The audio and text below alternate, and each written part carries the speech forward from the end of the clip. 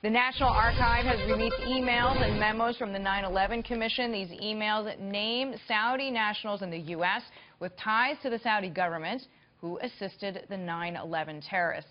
Trump Foreign Policy Advisor Walid Phares is with me now. Walid, first and foremost, what is your take on that report? Well, that report, as it was mentioned already, is not yet the 28 pages that we're all waiting for, but it shows that a number of the perpetrators had ties to people who had ties to the Saudi government. Now, the questions are what level of the Saudi government? Were they officials, consuls, diplomats, military?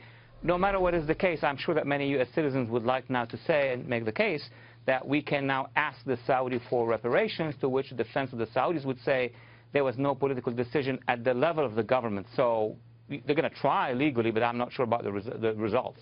So the Senate, Walid, just passed a bill letting 9/11 victims sue Saudi Arabia over the terror attacks. What does this mean for the relationship between the U.S. and Saudi Arabia, and what does this do to the U.S. potentially further down the road with liabilities against us? A lot of things. I mean, this would need a whole discussion. Let me mention the two most important points in my view.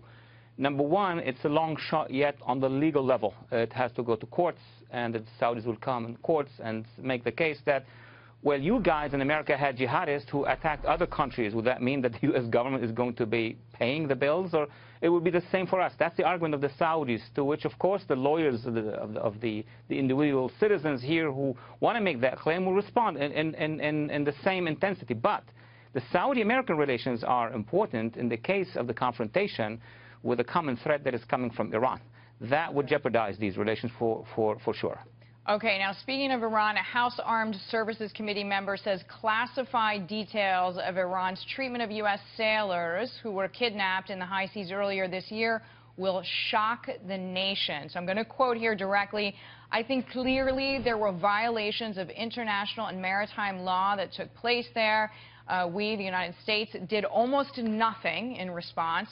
In fact, to have Secretary of State John Kerry actually thank the Iranians for releasing our sailors after they were captured, the way that they were captured was a slap in the sailors' face. And, of course, we know that the commanding officer was fired recently. How do you see this, Walid? Look, it's very simple. If one of our frigates or U.S. Navy ship, military Navy ship, goes into Irish waters, would that incident occur? There will be a frigate coming and telling us you are inside those waters. Would we escort you? The whole issue here is, after the fact that the Obama administration has struck a deal with the Iranians and send them money, $150 billion, allowed American companies to go and start dealing with the Iranians, they would treat our forces, our units, as hostiles, as enemies, and we are thanking them for not killing them. So that would, I think, is a major mistake made by the Obama administration. So, Walid, let me just ask you, though, in the name of diplomacy, is it possible that the Obama administration is acting stronger behind closed doors and John Kerry is making this statement while we are hopefully applying pressure in a way that the public doesn't see? Is there any chance of that? Actually, the situation may be the opposite, my friend, because the Obama administration is criticized by many here in Congress, but also in the region, by the UAE, by Saudi, by Kuwaitis, by the Egyptians, of actually being too soft with the Iranians, of actually coordinating with the Iranians.